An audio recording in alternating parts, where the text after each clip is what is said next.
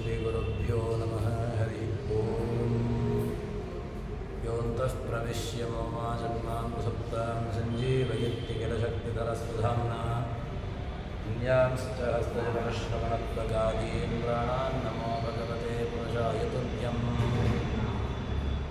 भवति तनुभावादिडमोघो विवाग्मी इडमतिरभिजन्तुर्जायते प्राज्ञमौलिः सकलवचनचेतो देवता भारती सा मम जगसत्तां सन्निधिं मानसे च तपो विद्याविरक्त्यादिसद्गुणमोघाकाराहं वादिराजगुरोर्वन्दे हयग्रीवपदाश्रयान् पूज्याय राघवेन्द्राय सत्यधर्मरताय च भजतां कल्पवृक्षाय नमतां कामधेनवे ब्रह्मचर्यहरिप्रीतिसुविद्यावादशालिनः इष्टदान् कष्टहर्तॄन्नः विद्यामान्यान् मुनीन् नुमः श्रीगुरुभ्यो नमः भद्रं कर्णे विशृणुयाम देवाः भद्रं पश्येमाक्षभिर्यजत्राः स्थिरैरङ्गैः स्तुष्ट्वां स्वस्तनूभिः यशेमदेवहितं यदायुः स्वस्ति न इन्द्रो वृद्धश्रवाः स्वस्ति नः पूषा विश्ववेदाः स्वस्ति नस्तार्क्ष्यो अरिष्टनेमिः स्वस्ति नो बृहस्पतिर्दधातु श्रीगुरुभ्यो नमः विकल्पो विधिवर्तेत कल्पितो यदि केनचित् उपदेशादयं वानु ज्ञाते द्वैतं न विद्यते ಅಂತ ಹೇಳಿಕೊಂಡು ತನ್ನದು ಶರೀರಾದಿಗಳಲ್ಲಿ ತನ್ನದು ಅಂತ ಹೇಳಿಕೊಂಡು ಇರತಕ್ಕಂತಹ ಅಭಿಮಾನ ಅದು ಸ್ವಾಭಾವಿಕ. ಆದರೆ ಈ ಅಭಿಮಾನವನ್ನು ಹೋಗಲಾಡಿಸಿಕೊಳ್ಳಬೇಕು ಅಂತಾದರೆ ಅದು ಹೇಗೆ ಬಂದದ್ದು ಅಂತಂದರೆ ಭಗವದಿಚ್ಛೆ, ಭಗವಂತನ ಮಾಯೆ. ಆ ಭಗವಂತನ ಇಚ್ಛೆಯಿಂದಾಗಿ ಈ ಅಜ್ಞಾನದಿಂದಾಗಿ ಕಲ್ಪಿಸಲ್ಪಟ್ಟಿದೆ. ತನ್ನದು ಅಂತ ಹೇಳಿಕೊಂಡಿರತಕ್ಕಂತಹ ಅಭಿಮಾನ ಅದು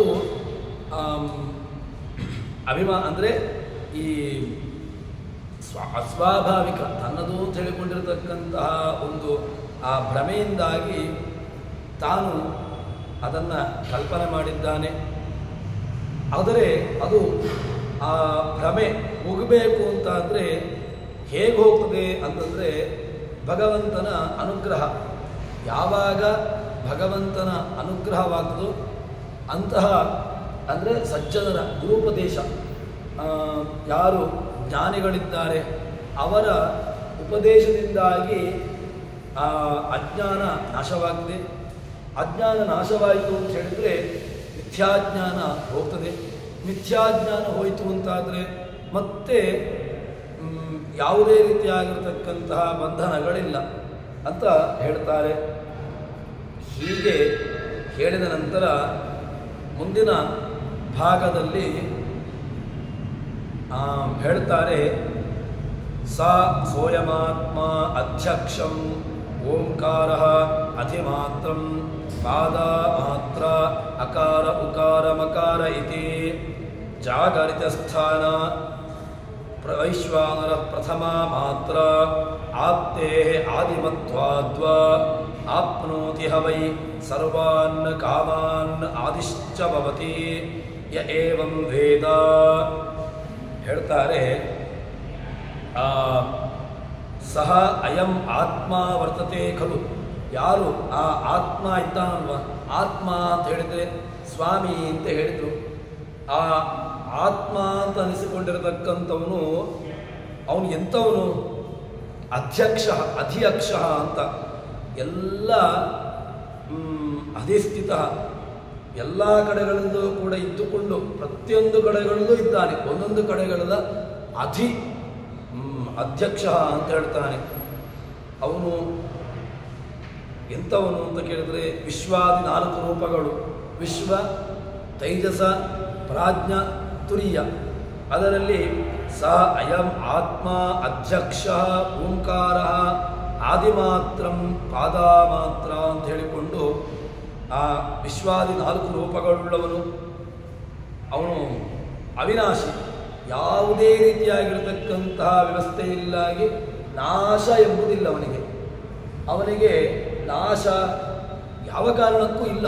ಅವಿನಾಶಿ, ಅವನನ್ನು ಅವಿನಾಶಿ ವಿನಾಶರಹಿತ ಅಂತ ಅವನನ್ನು ಹೇಳ್ತಾರೆ. ಮತ್ತು ವಿಶ್ವಾದಿ, ಪೂರ್ಣವಾಗಿರತಕ್ಕಂತಹ ವಿಶ್ವಾದಿ ಅಂಶಗಳುಳ್ಳವನು. ವಿಶ್ವಾದಿ ಅಂಶಗಳಿದ್ದುಕೊಂಡು ಅದೇ ರೀತಿಯಾಗಿ ಅಕಾರವಾಚ್ಯವಾಗಿರತಕ್ಕಂತಹ ವಿಶ್ವ, ಉಕಾರವಾಚ್ಯನಾಗಿರತಕ್ಕಂತಹ ತೇಜಸ, ಮಕಾರವಾಚ್ಯನಾಗಿರತಕ್ಕಂತಹ ಪ್ರಾಜ್ಞ. ಈ ಓಂಕಾರದಲ್ಲಿರತಕ್ಕಂತಹ ಮೊದಲ 3 ಮಾತ್ರೆಗಳು ಅಕಾರ, ಉಕಾರ, ಮಕಾರ. ಅದು ಅಕಾರ ವಿಶ್ವ, ತೈಜಸ ಉಕಾರ, ಪ್ರಾಜ್ಞ ಮಕಾರ. ಈ 3 ಮಾತ್ರೆಗಳು. ಈ 3ರಲ್ಲಿ ಒಂದೊಂದು ಭಗವಂತನ ರೂಪಗಳು. ಇನ್ನು ನಾದ ಅಕಾರ, ಉಕಾರ, ಮಕಾರ, ನಾದ, ಬಿಂದು, ಘೋಷ ಅಂತ ಹೇಳಿಕೊಂಡು ಆ ಓಂಕಾರದಲ್ಲಿರತಕ್ಕಂತಹ ಪ್ರತಿಯೊಂದು ಮಾತ್ರೆಗಳು. ಅದರಲ್ಲಿ ನಾದವಾಗಿ ಯಾರಿದ್ದಾನೆ ಅಂತ ಕೇಳಿದ್ರೆ ತುರಿಯ. ಹೀಗೆ ಅಕಾರ, ಉಕಾರ, ಮಕಾರವಾಗಿ ಆ ಎಲ್ಲ ಮಾತ್ರೆಗಳಲ್ಲಿದ್ದುಕೊಂಡು ಎಲ್ಲ ಕಡೆಗಳಲ್ಲೂ ಕೂಡ ತಾನು ಏನಾಗಿದ್ದಾನೆ ಅಂತಂದರೆ ಆ 4 ಅಂಶಗಳನ್ನು ಅಲ್ಲಿ ಹೇಳ್ತಾರೆ. ಈಗ ಮೊದಲಿಗೆ ಒಂದೊಂದನ್ನೇ ವಿಶ್ಲೇಷಣೆ ಮಾಡ್ತಾರೆ.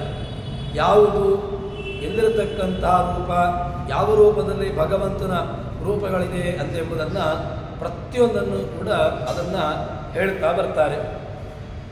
4 ಅಂಶಗಳಲ್ಲಿ ಏನು ವಿಶ್ವ, ತೇಜಸ, ಪ್ರಾಜ್ಞಾ ಅಂತ ಏನಿದೆ ತುರಿಯಾದಿಗಳು, ಅದರಲ್ಲಿ ಮೊದಲನೆಯದ್ದು ಯಾವುದು ವಿಶ್ವ ಅಂತ ಇಟ್ಟುಕೊಳ್ಳುವ. ಆ ವಿಶ್ವರೂಪವನ್ನು ನಾವು ಚಿಂತನೆ ಮಾಡುವುದು ಅಂತಾದರೆ ಕಣ್ಣಿನಲ್ಲಿ, ಬಲಗಣ್ಣಿನಲ್ಲಿ ಜೀವನ ಬಲಕಣ್ಣಿನಲ್ಲಿರ್ತಾನೆ ಅವನು.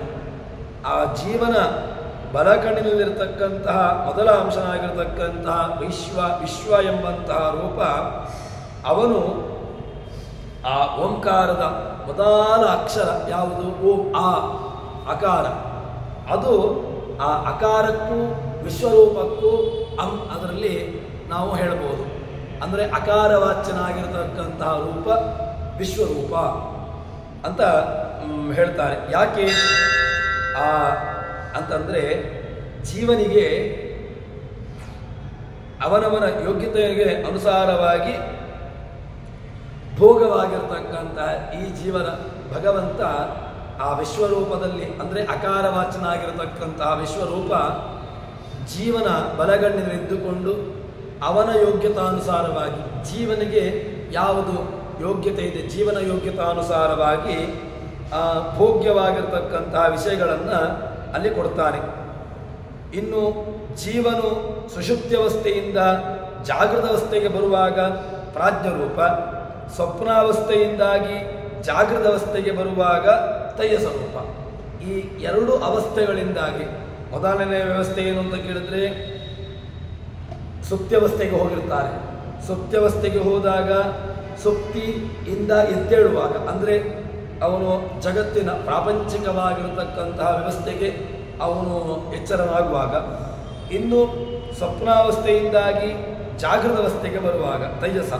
ಈ ರೂಪಗಳು ಯಾವುದು, ಈ 2 ರೂಪಗಳು ಅಲ್ಲಿ ಕಾರಣವಾಗಿರ್ತದೆ.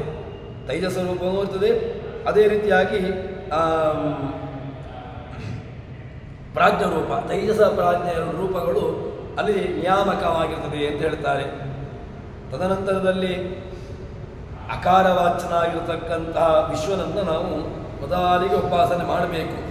ಆಪ್ನೋತಿ ವೈಶ್ವಾನರ ಪ್ರಥಮ ಮಾತ್ರ, ಯಾವ ಜಾಗೃತಿ ಸ್ಥಾನ ವೈಶ್ವಾನರ ಪ್ರಥಮ ಮಾತ್ರ, ಅವನು ಮೊದಲ ಮಾತ್ರೆ, ಮೊದಲನೆಯ ಸ್ಥಾನದಲ್ಲಿರ್ತಕ್ಕಂಥವನು.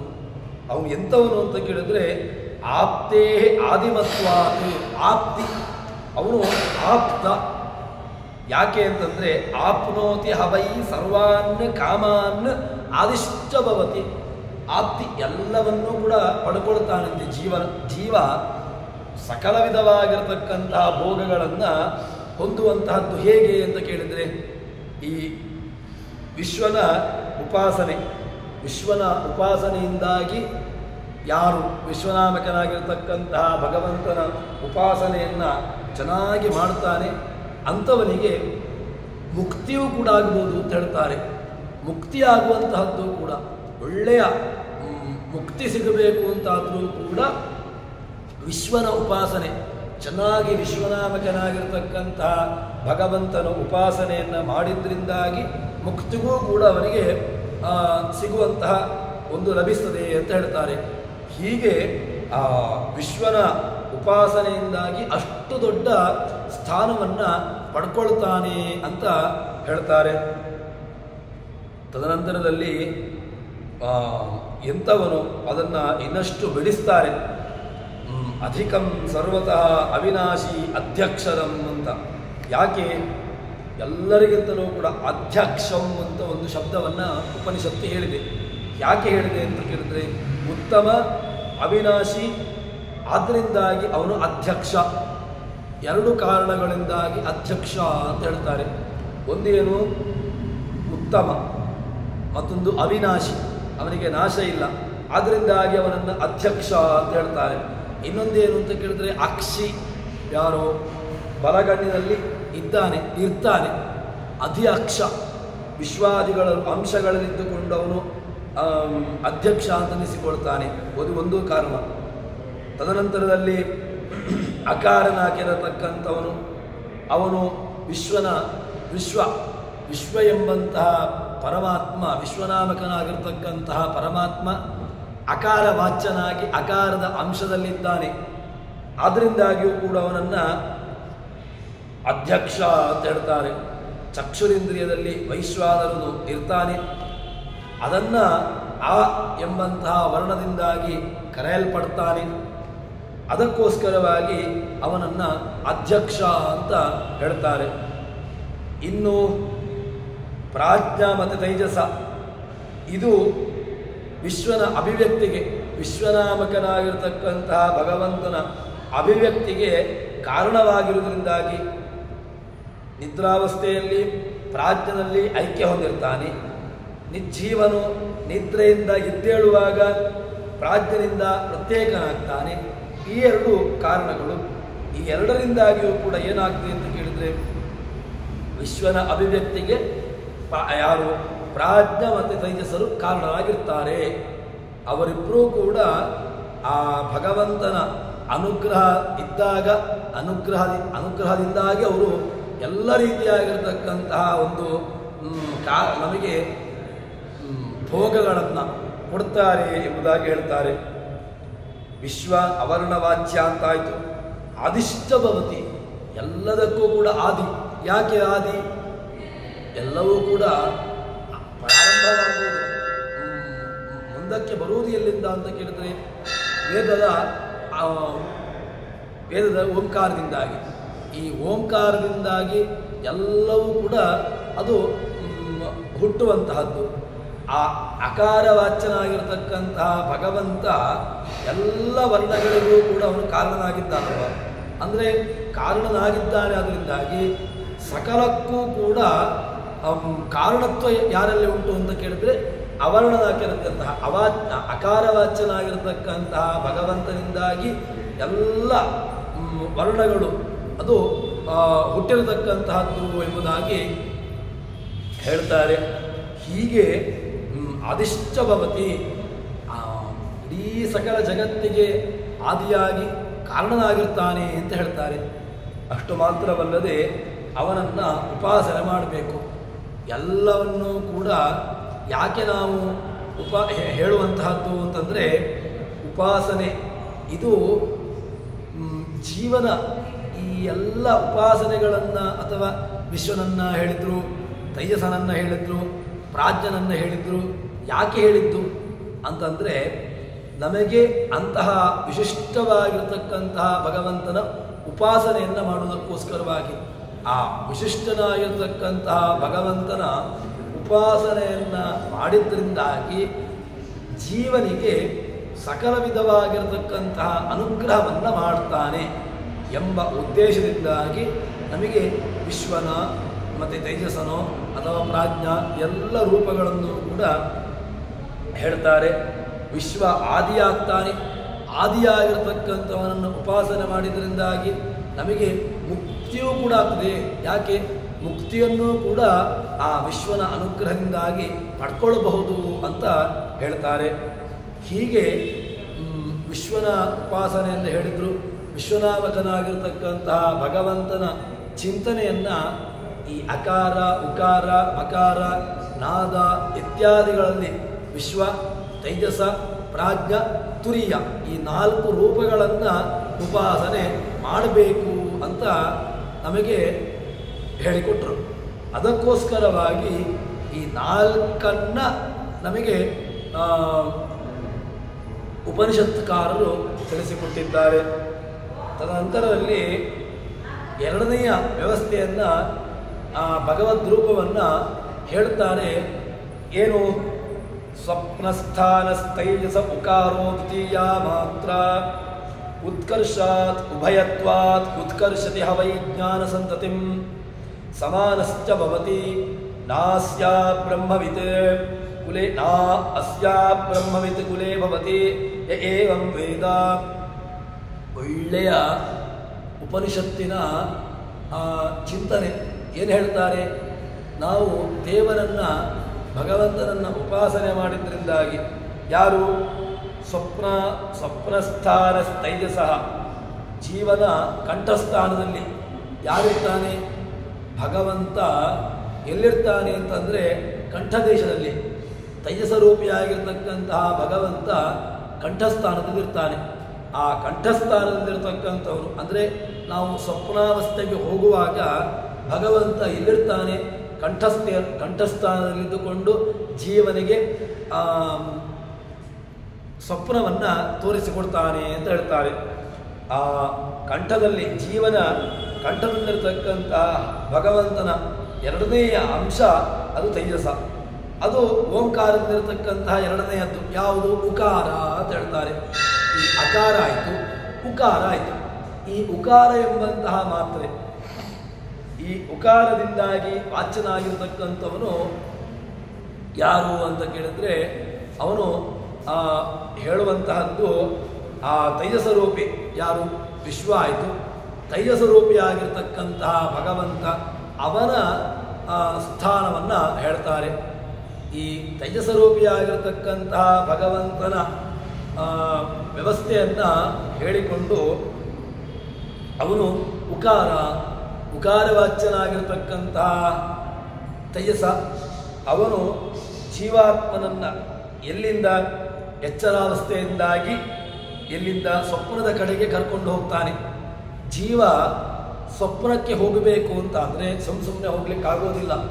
ನಾನು ಕನಸು ಕಾಣಬೇಕು, ಸ್ವಪ್ನವನ್ನು ಕಾಣಬೇಕು ಅಂತ ಹೇಳಿಕೊಂಡು ಜೀವನು ಉದ್ದೇಶಪೂರ್ವಕವಾಗಿ ಇಟ್ಟುಕೊಂಡು ಸ್ವಪ್ನವನ್ನು ಕಾಣುವಂಥದ್ದಲ್ಲ. ಸ್ವಪ್ನ ಬರಬೇಕು ಅಂತಾದರೆ, ಸ್ವಪ್ನ ಕಾಣಬೇಕು ಅಂತಾದರೆ ಅದಕ್ಕೆ ತೈಜಸ್ವರೂಪಿಯಾಗಿರ್ತಕ್ಕಂತಹ ಭಗವಂತ ಕಂಠಸ್ಥಾನಕ್ಕೆ ಬರಬೇಕು. ಕಂಠಸ್ಥಾನಕ್ಕೆ ಬಂದು ಕಂಠಸ್ಥಾನದಿಂದಾಗಿ ಜೀವನಿಗೆ ಆ ಭಗವಂತ ಏನು ಮಾಡ್ತಾನೆ ಅಂತ ಕೇಳಿದರೆ ತನ್ನ ಸ್ವಪ್ನವನ್ನು, ಯಾವ ಒಂದು ಅನುಗ್ರಹವನ್ನು ಕಾಣಬೇಕೋ ಅದನ್ನು ಭಗವಂತ ಜೀವನಿಗೆ ಅದನ್ನು ತೋರಿಸಿಕೊಡ್ತಾನೆ. ಹೀಗೆ ಆ ಜೀವಾತ್ಮನನ್ನು ಎಚ್ಚರ ಸ್ಥಾನದಿಂದಾಗಿ ದೇಹಾಭಿಮಾನದಿಂದ ಬಿಡಿಸಿ ಅವನನ್ನು ಸ್ವಪ್ನದ ಕಡೆಗೆ, ಸ್ವಪ್ನಕ್ಕೆ ಹೋಗಬೇಕು ಅಂತಾದರೆ ಆ ಭಗವಂತನ ಅನುಗ್ರಹ ಬೇಕು ಅಂತಾಯಿತು. ಈ ಬಾಹ್ಯ ಪ್ರಪಂಚದ ಅಜ್ಞಾನ ರೂಪವಾಗಿರ್ತಕ್ಕಂತಹ ನಿದ್ದೆ, ಇನ್ನು ಸ್ವಪ್ನ ವಸ್ತುಗಳ ಯಥಾರ್ಥ, ಸ್ವಪ್ನ ವಸ್ತುಗಳ ಜ್ಞಾನ ಅನುಭವ, ಅದು ಎರಡೂ ಕೂಡ ಬರಬೇಕು ಅಂತಾದರೆ ಈ ತೈಜಸರೂಪಿ ಉಕಾರವಾಚನಾಗಿರ್ತಕ್ಕಂತಹ ತೈಜಸರೂಪಿಯಾಗಿರ್ತಕ್ಕಂತಹ ಭಗವದ್ ಅನುಗ್ರಹ ಎಂಬುದು ಅತ್ಯವಶ್ಯಕ ಅಂತ ಹೇಳ್ತಾರೆ. ಹೀಗೆ ಆ ಸ್ವಪ್ನ ವಸ್ತುಗಳ ಅನುಭವ ಇದೆರಡಕ್ಕೂ ಕೂಡ ಆ ತೈಜಸರೂಪಿಯಾಗಿರ್ತಕ್ಕಂತಹ ಭಗವಂತ ಕಾರಣ ಅಂತಾಯಿತು. ತೈಜಸನನ್ನು ಉಪಾಸನೆ ಇದನ್ನು ಮಾಡಬೇಕು ನಾವು. ಯಾನು? ಉತ್ಕರ್ಷಾತ್ ಉಭಯತ್ವಾತ್ ಉತ್ಕರ್ಷತಿ ಹವೈ ಜ್ಞಾನಂ. ಅವನನ್ನು ಈ ಉಪಾಸನೆ ಮಾಡಿದ್ರಿಂದಾಗಿ ಮುಕ್ತನಾಗಿ ಬಿಡ್ತಾನಂತೆ. ಮುಕ್ತನಾಗಿ ಒಳ್ಳೆಯ ಜ್ಞಾನವನ್ನು ಕೊಡ್ತಾನೆ ಅಂತ ಹೇಳ್ತಾರೆ. ಒಳ್ಳೆಯ ಜ್ಞಾನ ಬರಬೇಕು ಅಂತಾದರೆ ತೈಜಸ್ವರೂಪಿಯಾಗಿರ್ತಕ್ಕಂತಹ ಭಗವಂತನ ಉಪಾಸನೆ ಅತ್ಯವಶ್ಯಕ. ಉಕಾರವಾಚ್ಯನಾಗಿರ್ತಕ್ಕಂತಹ ಭಗವಂತನ ಉಪಾಸನೆಯನ್ನು ಮಾಡಿದ್ರಿಂದಾಗಿ ಅವನಿಗೆ ಒಳ್ಳೆಯ ಜ್ಞಾನ ಬರ್ತದೆ.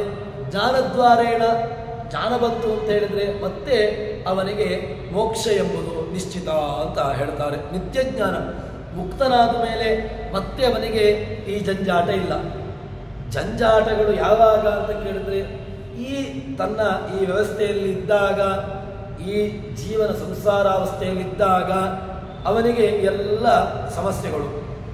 ಈ ಸಮಸ್ಯೆಗಳಿಂದಾಗಿ ಹೊರಟು ಹೋದ ಅಂತಾದರೆ ಮತ್ತೆ ಈ ಯಾವುದೇ ರೀತಿಯಾಗಿರ್ತಕ್ಕಂತಹ ಸಮಸ್ಯೆಗಳಿಲ್ಲ. ದೇಹ ಸಂಬಂಧದಿಂದಾಗಿ ಮೇಲಕ್ಕೆ ಹೋಗ್ತಾನೆ. ಅಂದರೆ ದೇಹ ಸಂಬಂಧದಿಂದಾಗಿ ಮೇಲಕ್ಕೆ ಹೋಗುವುದು ಅಂತ ಹೇಳಿದ್ರೆ, ದೇಹ ಸಂಬಂಧ ಯಾವಾಗ ಇರುವಂತಹದ್ದು? ದೇಹದ ಅಂಟು. ಇದು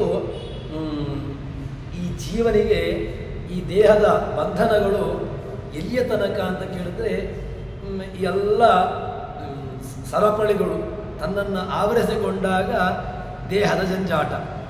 ಅದೇ ಜ್ಞಾನ ಬಂದ ಮೇಲೆ, ಜ್ಞಾನ ಬಂತು ಅಂತ ಹೇಳಿದ ಮೇಲೆ ಒಂದು ಕ್ಷಣವೂ ಕೂಡ ಮತ್ತೆ ಅವನು ಇಲ್ಲಿರುವುದಿಲ್ಲ. ಪ್ರಾರಬ್ಧ ಕರ್ಮ ಮುಗಿಲೇಬೇಕು.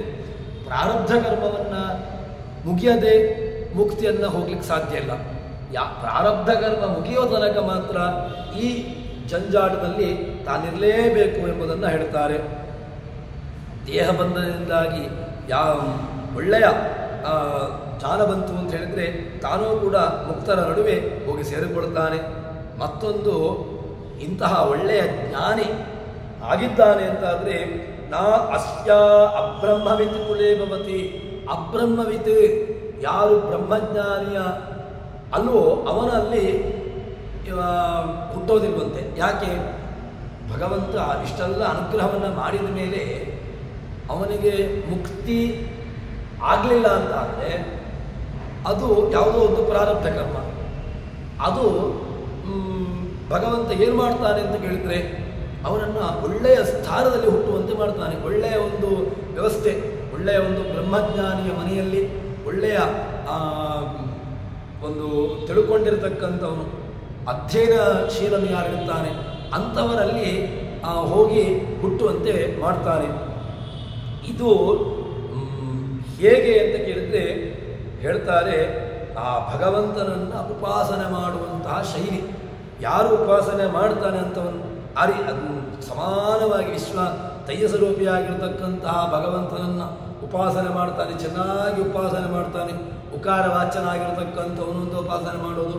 ಅದೇ ರೀತಿಯಾಗಿ ತನ್ನನ್ನು ಎಚ್ಚರಾವಸ್ಥೆಯಲ್ಲಿರತಕ್ಕಂಥವನ್ನ ದೇಹಾಭಿಮಾನದಿಂದ ಬಿಡಿಸಿ ಸ್ವಪ್ನದ ಪ್ರಪಂಚಕ್ಕೆ ಕರೆದುಕೊಂಡು ಹೋಗುವನು ಅಂತ. ಈ ಸ್ವಪ್ನ ಬಾಹ್ಯ ಪ್ರಪಂಚದ ನಿದ್ದೆ, ಸ್ವಪ್ನ ವಸ್ತುಗಳ ಅನುಭವ, ಇದೆರಡನ್ನೂ ಕೂಡ ಕೊಡುವಂತಹದ್ದು ಯಾರು ಅಂತ ಕೇಳಿದರೆ ತೈಜಸನ ಅನುಗ್ರಹದಿಂದಾಗಿ ಜೀವನು ಈ ಬಾಹ್ಯ ಪ್ರಪಂಚದಿಂದಾಗಿ ಜಾರಿ ಅವನು ಸ್ವಪ್ನದ ಪ್ರಪಂಚದ ಕಡೆಗೆ ಹೋಗ್ತಾನೆ. ಇದು ಹೋಗುವಂತಹದ್ದು ಭಗವಂತ ಆ ತೇಜಸ್ವರೂಪಿಯಾಗಿರ್ತಕ್ಕಂತಹ ಭಗವಂತನ ಅನುಗ್ರಹದಿಂದಾಗಿ ಅಂತ ಹೇಳ್ತಾರೆ. ಅದಕ್ಕೆ ಇಲ್ಲಿ ಈ ಒಂದೊಂದು ಶಬ್ದಕ್ಕೂ ಕೂಡ ಭಾಷ್ಯಕಾರರು ಅದನ್ನು ಬಿಡಿಸ್ತಾರೆ. ಯಾರು ಉತ್ಕರ್ಷಾತ್ ಉಭಯತ್ವಾತ್ ಉತ್ಕರ್ಷತಿ ಹವೈ ಜ್ಞಾನಂ ಒಂದು ಉಂಟಲ್ವ, ಉತ್ಕರ್ಷತಿ ನಮ್ಮನ್ನ ಮೇಲಕ್ಕೆತ್ತಾನಂತೆ. ಶರೀರಾಭಿಮಾನಾತ್ ಉತ್ತಾಪ್ಯ ಕರ್ಷಯತಿ ಇದು ಉತ್ಕರ್ಷ. ಉತ್ಕರ್ಷ ಅಂತ ಹೇಳಿದ್ರೆ ಇಲ್ಲಿಂದ ನಮ್ಮನ್ನ ಎದ್ದೇಳಿಸುವಂತಹದ್ದು. ಯಾರನ್ನ? ತೈಜಸ ಉಕಾರವಾಚ್ಯನಾಗಿ ಪ್ರತಿಪಾದನಾಗಿರತಕ್ಕಂಥ ಒಂದು ನಿಮಿತ್ತ ಏನು ಅಂತ ಕೇಳಿದ್ರೆ ಉತ್ಕರ್ಷ ಅಂತ ರೂಪ. ಉತ್ಕರ್ಷ ಎಂಬಂತಹ ನಿಮಿತ್ತ.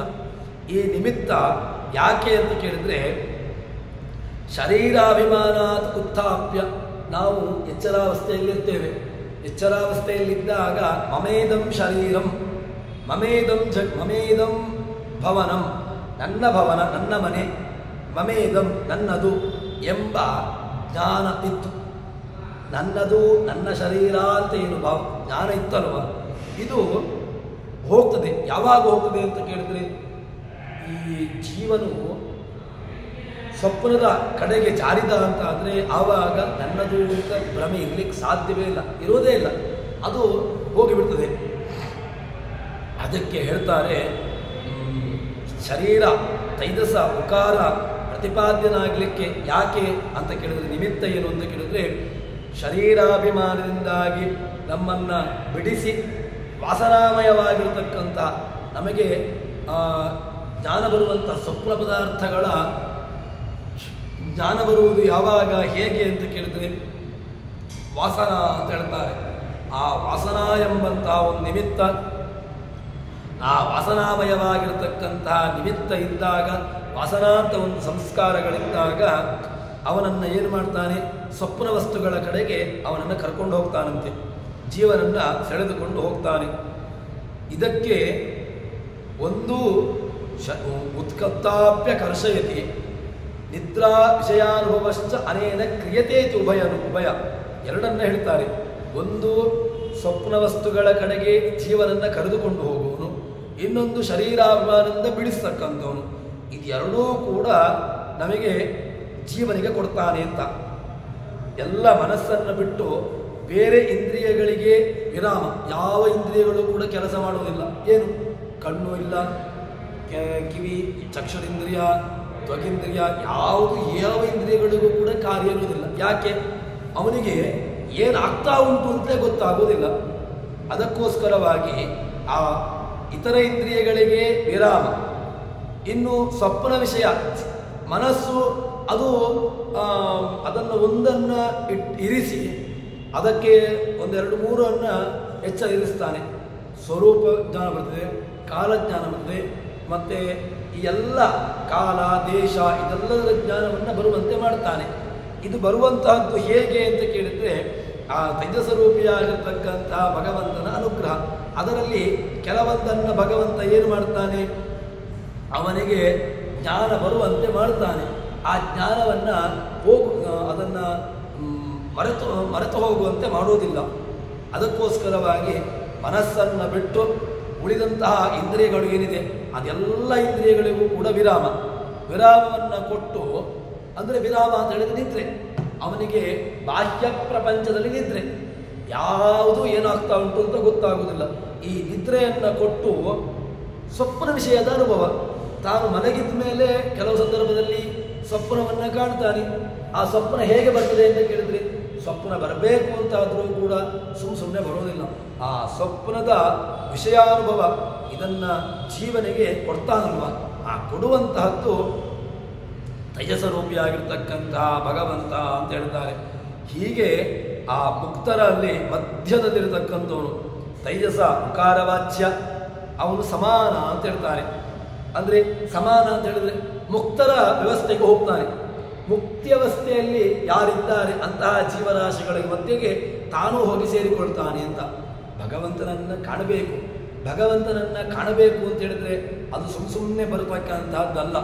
ಏನೋ ಇವತ್ತಿನ ನಾಳೆಗೆ ಆಗ್ತದೆ, ಭಗವಂತ ನಮಗೆ ಇದೆಲ್ಲವನ್ನು ತೋರಿಸಿಬಿಡ್ತಾನೆ, ಹಾಗಾಗುವುದಿಲ್ಲ. ಭಗವಂತನನ್ನು ಕಾಣಬೇಕು ಅಂತ ಹೇಳಿದರೆ ಅದಕ್ಕೆ ತುಂಬ ಸಾಧನೆಯನ್ನು ಮಾಡಬೇಕು. ಆ ಸಾಧನೆಯನ್ನು ಮಾಡಿ ತಾನು ಆ ಒಂದು ಯೋಗ್ಯವಾಗಿರತಕ್ಕಂತಹ ಗತಿಯನ್ನು ಪಡ್ಕೊಳ್ಳಿಕ್ಕಾಗ್ತದೆ ಎಂಬುದಾಗಿ ಹೇಳ್ತಾರೆ. ಹೀಗೆ ಆ ತೈಜಸ್ವರೂಪಿಯಾಗಿರ್ತಕ್ಕಂತಹ ಭಗವಂತನನ್ನು ತಿಳ್ಕೊಳ್ಳಬೇಕು ಅಂತ ಹೇಳ್ತಾರೆ. ತದನಂತರದಲ್ಲಿ ಮೂರನೆಯ ವ್ಯವಸ್ಥೆ, ಮೂರನೆಯ ಅಂಶ ಅದು ಯಾವುದು ಅಂತಂದರೆ ಮಕಾರ ಪ್ರಾಜ್ಞ. ಆ ಮಕಾರವಾಚ್ಯವಾಗಿರತಕ್ಕಂತಹ ಪ್ರಾಜ್ಞ, ಆ ಪ್ರಾಜ್ಞರೂಪಿಯ ಭಗವಂತನನ್ನು ತಾನು ಉಪಾಸನೆ ಮಾಡಬೇಕು. ಪ್ರಾಜ್ಞರೂಪಿಯಾಗಿರ್ತಕ್ಕಂತಹ ಭಗವಂತನನ್ನು ತಿಳ್ಕೊಳ್ಬೇಕು. ಪ್ರಾಜ್ಞರೂಪಿಯಾಗಿರ್ತಕ್ಕಂತಹ ಭಗವಂತನ ವ್ಯವಸ್ಥೆ ಏನು, ಅವನು ಏನನ್ನು ಮಾಡ್ತಾನೆ ಅಂತ ಕೇಳಿದರೆ, ಸುಷುಪ್ತಸ್ಥಾನ ಪ್ರಾಜ್ಞ ಮಕಾರ ತೃತೀಯ ಮಾತ್ರ ಮಿತೇ ಅಪೀತೇರ್ವಾ ಮಿನೋತಿ ಹವಾ ಇದಂ ಸರ್ವಂ ಅಪೀತಿಶ್ಚ ಭವತಿ ಏವಂ ವೇದ. ಒಳ್ಳೆಯ ಹೇಳ್ತಾರೆ, ಶರೀರ ಮಧ್ಯ ಹೃದಯ ಭಾಗದಲ್ಲಿರ್ತಾನೆ. ಯಾರು? ಪ್ರಾಜ್ಞ. ಅವನು ಓಂಕಾರದಲ್ಲಿರತಕ್ಕಂತಹ ಮಕಾರದಿಂದಾಗಿ ವಾಚ್ಯನಾಗಿದ್ದಾನಂತೆ. ಅದರಲ್ಲಿ ಅಕಾರ ಆಯಿತು, ಉಕಾರ ಆಯಿತು, ಮಕಾರ ಆಯಿತು. ಅಕಾರ ವಿಶ್ವರೂಪ, ತೈಜಸ ಉಕಾರ, ಇನ್ನು ಮಕಾರ ಅದು ಪ್ರಾಜ್ಞ. ಅಂದರೆ 3 ಮಾತ್ರೆಗಳು, 3 ಭಗವಂತನ ಸ್ವರೂಪ. ವಿಶ್ವ ಆಯಿತು, ತೈಜಸ ಆಯಿತು, ಪ್ರಾಜ್ಞ ಆಯಿತು. ಈ 3 ಭಗವದ್ ರೂಪಗಳನ್ನು ಹೇಳಿದ್ರು. ಅದರಲ್ಲಿ ಎಲ್ಲಿರ್ತಾನೆ ಅಂತ ಹೇಳಿದ್ರೆ ಭಗವಂತನ ಹೃದಯ, ನಮ್ಮ ಜೀವನ ಹೃದಯ ಭಾಗದಲ್ಲಿರ್ತಾನಂತೆ ಆ ಪ್ರಾಜ್ಞ. ಅವನು ಮಕಾರದಿಂದ ವಾಚ್ಯನಾಗಿದ್ದಾನೆ. ಏನು ಮಾಡ್ತಾನೆ? ನಿದ್ರಾವಸ್ಥೆಯಲ್ಲಿ ಜೀವನನ್ನ ತನ್ನ ಒಳಗೆ ಸೇರಿಸಿಕೊಳ್ತಾನೆ. ಬಾಹ್ಯ ಪದಾರ್ಥಗಳ ಯಾವ ಜ್ಞಾನವನ್ನು ಕೊಡೋದೇ ಇಲ್ಲ. ಸುಷುಪ್ತಿಗೆ ಹೋದಾಗ ಬಾಹ್ಯ ಪ್ರಪಂಚದ ಕಿಂಚಿತ್ತೂ ಅರಿವೇ ಇರುವುದಿಲ್ಲ. ಎಲ್ಲಿಯಾದರೂ ಕೂಡ ಸ್ವಪ್ನಾವಸ್ಥೆಯಲ್ಲಿ ಬಾಹ್ಯದ ಜ್ಞಾನವನ್ನು ಕಿಂಚಿತ್ತಾದರೂ ಹೇಳಬಹುದು.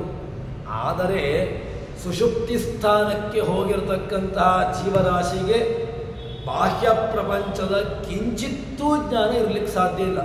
ಯಾವುದೇ ಜ್ಞಾನ ಸುಷುಪ್ತಿ ಅವಸ್ಥೆಯಲ್ಲಿ ಬರುವುದೇ ಇಲ್ಲ ಅಂತ ಹೇಳ್ತಾರೆ. ಆ ಸುಷುಪ್ತಿ ಅವಸ್ಥೆಯಲ್ಲಿ ಏನಾಗಿರ್ತದೆ?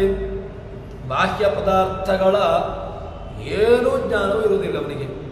ಅದರ ಆ ಜ್ಞಾನವನ್ನು ಲಯಗೊಳಿಸಿ ಬಿಡ್ತಾನೆ. ಅದಕ್ಕೋಸ್ಕರ ಇವನನ್ನು ಏನು ಮಾಡಬೇಕು? ಮಿತೇರಪೀತೇರುವ ಎಲ್ಲವನ್ನೂ ಕೂಡ ನಿದ್ರಾವಸ್ಥೆಯಲ್ಲಿ ಜೀವನನ್ನೂ ತನ್ನೊಳಗೆ ಎಳೆದುಕೊಳ್ತಾನೆ. ಇನ್ನು ಬಾಹ್ಯ ಪ್ರಪಂಚಗಳ ಜ್ಞಾನವನ್ನೂ ಕೂಡ ಬರದಂತೆ ಮಾಡ್ತಾನೆ. ಬಾಹ್ಯ ಪ್ರಪಂಚದ ಯಾವುದು ಏನು, ಎಲ್ಲಿದ್ದಾನೆ, ಎಲ್ಲಿ ಮಲಗಿದ್ದಾನೆ, ಯಾವ ರೀತಿಯಾಗಿರ್ತಕ್ಕಂತಹ ಹೊರಗಿನ ಬಾಹ್ಯದ ವ್ಯವಸ್ಥೆಗಳಿದೆ, ಇದು ಯಾವುದೂ ಅವನಿಗೆ ಜ್ಞಾನ ಬರುವುದಿಲ್ಲ. ಯಾಕೆ? ಭಗವಂತ ಅವನನ್ನು ಪೂರ್ತಿ ಆವರಿಸಿಕೊಂಡು ಬಿಡ್ತಾನೆ. ಪ್ರಾಜ್ಞರೂಪಿಯಾಗಿರ್ತಕ್ಕಂಥ ಭಗವಂತ ಯಾವಾಗ ಆಲಿಂಗನೆ ಮಾಡಿರ್ತಾನೋ ಆ ಪ್ರಾಜ್ಞರೂಪಿಯಾಗಿರ್ತಕ್ಕಂತಹ ಭಗವಂತನ ಆಲಿಂಗನಕ್ಕೆ ಒಳಗಾಗಿರ್ತಕ್ಕಂತಹ ಆ ಜೀವ ಅವನಿಗೆ ಹೊರಗಿನ ಬಾಹ್ಯವಾಗಿರತಕ್ಕಂತಹ ಕಿಂಚಿತ್ತೂ ಜ್ಞಾನವೂ ಬರುವುದಿಲ್ಲ ಅಂತಾಯಿತು. ಮತ್ತು ಈ ಪ್ರಾಜ್ಞನನ್ನು ಇದೇ ಈ ಏನು ವ್ಯವಸ್ಥೆಯಲ್ಲಿ ಇದನ್ನೇ ತಿಳ್ಕೊಳ್ಬೇಕು. ಅವನನ್ನು ಎಲ್ಲ ಜ್ಞಾನಗಳನ್ನು ಕೂಡ ಲಯ ಮಾಡ್ತಾನೆ. ಅದೇ ರೀತಿಯಾಗಿ ಜೀವನನ್ನು ಕೂಡ ತನ್ನೊಳಗೆ ಎಳೆದುಕೊಳ್ತಾನೆ, ಜೀವನನ್ನು ಕೂಡ ಆವರಿಸಿಕೊಳ್ತಾನೆ ಎಂಬುದಾಗಿ ತಿಳ್ಕೊಳ್ಬೇಕು. ಹೀಗೆ ತಿಳ್ಕೊಂಡದ್ರಿಂದಾಗಿ ಏನಾಗ್ತದೆ ಅಂತ ಕೇಳಿದ್ರೆ ತನ್ನ ಜ್ಞಾನದ ಪ್ರಕಾಶದಲ್ಲಿ ಅಂತರ್ಗತನಾಗಿ ಮಾಡಿಕೊಳ್ತಾನೆ. ಎಲ್ಲವನ್ನೂ ತಿಳಿದುಕೊಂಡವನಾಗ್ತಾನೆ. ತಿಳಿದುಕೊಂಡವನಾದುದರಿಂದಾಗಿ ದುಃಖಾದಿ ಸಂಸಾರಗಳು ನಾಶವಾಗ್ತದೆ. ದುಃಖ ಬರುವುದು ಹೇಗೆ? ದುಃಖಕ್ಕೆ ಕಾರಣ ಏನು ಅಂತ ಕೇಳಿದ್ರೆ ಈ ವ್ಯವಸ್ಥೆ ಯಾವುದು? ಈ ಜಗತ್ತಿನ ಸರ್ವಂ ಅಪೇತಿಷ್ಟ ಭವತಿ ಅಂತ ಹೇಳಿದ್ದಾರಲ್ವ. ಈ ತನಗೆ ದುಃಖಾದಿಗಳು ಬಂದದ್ದು ಹೇಗೆ ಅಂತ ಕೇಳಿದರೆ ದುಃಖಾದಿಗಳಿಗೆ ಕಾರಣವಾಗಿರತಕ್ಕಂತಹದ್ದು ಈ ಜ್ಞಾನ. ಯಾವ ಜ್ಞಾನ? ಮಮಾತ ಎಂಬಂತಹ ಜ್ಞಾನ. ಮಮ ಎಂಬಂತಹ ಜ್ಞಾನ ಮೊದಲಿಗೆ ಹೋಗಬೇಕು. ಮಮ ಎಂಬಂತಹ ಜ್ಞಾನ ಹೋಗಬೇಕು ಅಂತಾದರೆ ಅದು ಹೇಗೆ ಹೋಗ್ತದೆ ಅಂತ ಕೇಳಿದ್ರೆ ಪ್ರಾಜ್ಞನ ಅನುಗ್ರಹ ಬೇಕು ಅದಕ್ಕೆ. ಯಾವಾಗ ಪ್ರಾಜ್ಞನ ಅನುಗ್ರಹವಾಗದೋ ಪ್ರಾಜ್ಞನನ್ನು ತಿಳ್ಕೊಳ್ಬೇಕು. ಪ್ರಾಜ್ಞ ಅಂತ ಹೇಳಿದ್ರೆ ಜೀವನನ್ನು ಚೆನ್ನಾಗಿ ಆಲಿಂಗನೆ ಮಾಡುವಂತಹದ್ದು. ಜೀವ ಪ್ರಾಜ್ಞರೂಪಿಯಾಗಿರ್ತಕ್ಕಂತಹ ಭಗವಂತನ ಒಂದು ಆಲಿಂಗನೆಗೆ ಒಳಗಾದ ಅಂತಾದರೆ ಅವನಿಗೆ ಈ ಬಾಹ್ಯದ ಪ್ರಪಂಚದ ಯಾವ ಜ್ಞಾನವೂ ಇಲ್ಲ, ಅವನಿಗೆ ಬರೋದೇ ಇಲ್ಲ. ಯಾಕೆ? ಭಗವಂತ ಅಷ್ಟು ಅವನನ್ನು ಆವರಿಸಿಕೊಂಡು ಬಿಡ್ತಾನೆ. ಆ ಜೀವನನ್ನು ಭಗವಂತ ಏನು ಮಾಡ್ತಾನೆ? ಅವನನ್ನು ಆವರಿಸಿ ಅವನಿಗೆ ಯಾವ ಬಾಹ್ಯವಾಗಿರತಕ್ಕಂತಹ ಹೊರಗಿನ ಜ್ಞಾನವೇ ಬರದಂತೆ ಮಾಡಿಬಿಡ್ತಾನೆ. ಬಾಹ್ಯವಾಗಿರತಕ್ಕಂತಹ ಜ್ಞಾನ ಹೋಯಿತು ಅಂತಾದರೆ ಏನೂ ಆಗ್ತಾ ಉಂಟು ಗೊತ್ತಾಗೋದಿಲ್ಲ ಅವನಿಗೆ. ಅದಕ್ಕೋಸ್ಕರವಾಗಿ ಆ ಜ್ಞಾನದಲ್ಲಿ ಅವನನ್ನು ಅಂತರ್ಗತನ ಮಾಡಿ ಅವನನ್ನು ಏನು ಮಾಡ್ತಾನೆ, ಎಲ್ಲವನ್ನು ತಿಳ್ಕೊಂಡವನನ್ನಾಗಿ ಮಾಡ್ತಾನಂತೆ. ಮಾಡಿ ಈ ದುಃಖಾದಿ ಸರ್ವಂ ಅಪೀತಿಷ್ಟ ಭವತಿ, ಈ ಯಾವುದರಲ್ಲಿ ದುಃಖಾದಿ ಸಂಸಾರ ನೀಗಬೇಕು ಅಂತಾದರೆ ಹೇಗೆ ಹೋಗ್ತದೆ? ದುಃಖಾದಿ ಸಂಸಾರ ಅಷ್ಟು ಪಕ್ಕದಲ್ಲಿ ಹೋಗೋದಿಲ್ಲ. ಸಂಸಾರ ಹೋಗುವಂತಹದ್ದು ಯಾವಾಗ? ಸಂಸಾರ ಹೋಗಬೇಕು ಅಂತಾದರೆ ಅದಕ್ಕೆ ಸಂಸಾರದ ನೌಕೆಯನ್ನು, ಅಂದರೆ ದುಃಖಭರಿತವಾಗಿರ್ತಕ್ಕಂಥ ಸಂಸಾರವನ್ನು ಯಾರು ನಮ್ಮನ್ನು ಈ ದುಃಖವಾಗಿರ್ತಕ್ಕ ಸಂಸಾರದಿಂದಾಗಿ ದಾಟಿಸಲಿಕ್ಕೆ ಸಾಮರ್ಥ್ಯವುಳ್ಳವನು ಅವನಲ್ಲಿ ಹೋಗಿ ಕೇಳಬೇಕು. ಅದು ಯಾರು ಅಂತ ಕೇಳಿದ್ರೆ ಅದು ಭಗವಂತ. ಅದಕ್ಕೋಸ್ಕರವಾಗಿ ಅವನನ್ನು ತಿಳ್ಕೊಳ್ಬೇಕು ಅಂತ ಹೇಳ್ತಾರೆ. ಈಗ ಹಿಂದೆ ಹೇಳಿರತಕ್ಕಂತಹ ಪ್ರಮಾಣಗಳು ಏನಿದೆ ಅದನ್ನು ಒಳ್ಳೆಯ ಮತ್ತಷ್ಟು ವಿವರಿಸ್ತಾರೆ. ಮಿತೇ ಅಧಿಕತ್ವಾಚ ನಿತ್ಯತ್ವಾಚ ಅಧ್ಯಕ್ಷಂ ಉದಾಹೃತಂ ಅಂತ. ಭಗವಂತ ಅಧ್ಯಕ್ಷ. ಯಾಕೆ ಅಧ್ಯಕ್ಷ ಭಗವಂತ ಅಂತಂದರೆ ಅಧಿಕತ್ವಾತ್ ನಿತ್ಯತ್ವಾತ್ ಅಧ್ಯಕ್ಷ. ಭಗವಂತ ಅಧ್ಯಕ್ಷ. ಯಾಕೆ ಅಧ್ಯಕ್ಷ ಅಂತ ಕೇಳಿದರೆ ಭಗವಂತ ಅಧಿಕ. ಭಗವಂತ ಎಲ್ಲ ಜಗತ್ತಿನಲ್ಲಿರತಕ್ಕಂತಹ ಯಾವುದೆಲ್ಲ ಪದಾರ್ಥಗಳಿದೆ ಅದೆಲ್ಲದಕ್ಕೂ ಕೂಡ ಭಗವಂತ ಅಧಿಕ. ಆದ್ದರಿಂದಾಗಿ ಭಗವಂತ ಅಧಿಕ. ಇನ್ನು ಅಧ್ಯಕ್ಷ ಭಗವಂತ ನಿತ್ಯತ್ವಾತ್. ಭಗವಂತ ನಿತ್ಯ ಅವಿನಾಶಿ.